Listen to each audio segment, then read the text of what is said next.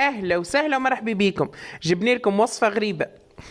برشا ناس ما يعرفوهاش، تقريبا الناس الكل ما يعرفوهاش، ودتني بها صديقة.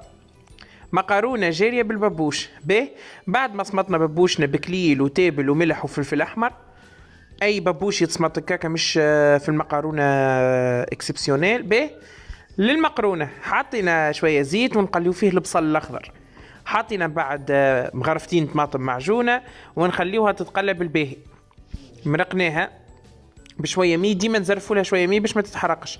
حطينا ثوم، ملح، تابل، كركم وفلفل اكحل، ورمينا البابوش متاعنا. انا ما حطيتش ياسر، راهي بنا عالميه، تحسوا المطعم متاعها كأني مقرونه جاريه بالبقري.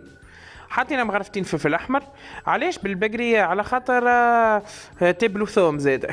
مرقناها نخليوها تغلي تقريبا ربع ساعه، من بعد رمينا زاد المقرونه البابوش. راهي قد ما نقول لكم بنينه. صحة وبالشفي وليلتكم زينة. باي باي.